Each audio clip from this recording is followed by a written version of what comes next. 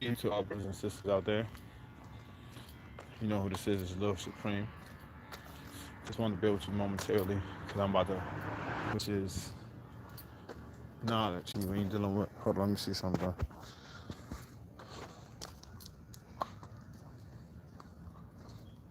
When we're dealing with knowledge culture, we're dealing with the idea of one knowing their origin and their place in this world. You're dealing with culture, you're dealing with a way of life. You're dealing with how you function on an everyday basis. That's why it's knowledge culture. You're dealing with knowing your way of living. How do you live your life on a day-to-day basis?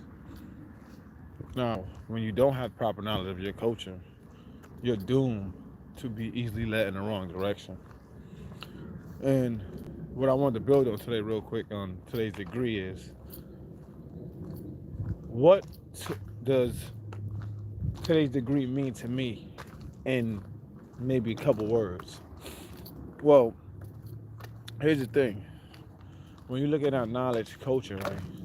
When you're looking at the knowledge culture degree today in the 1 of 40, in the Lost Found Muslim lesson number 2, it asks who's the 85%.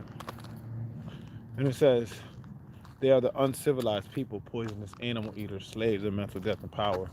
Those who do not know the true and living God, their origin in this world, and worship what they know not. Those who are easily led in the wrong direction, but hard to lead in the right direction, right? So, when you're dealing with being hard to lead in the right direction, that is because somebody has trained your mind to be one track minded in order for you to be used as a tool and a slave for their purpose and their reasoning properly. Or is that you made up your mind and figured, well, if this method is here is working for me, if this one way is working for me, I'm gonna stick with this and deal with it accordingly. But in reality, that's not knowing your culture, because if you have a religious mindset, how can you truly know your way of life if you don't know your origins of the world? You know what I'm saying? You could go back to your ethnicity, you could go back to your heritage, you can go back to ancestry. There's many different ways to check it out.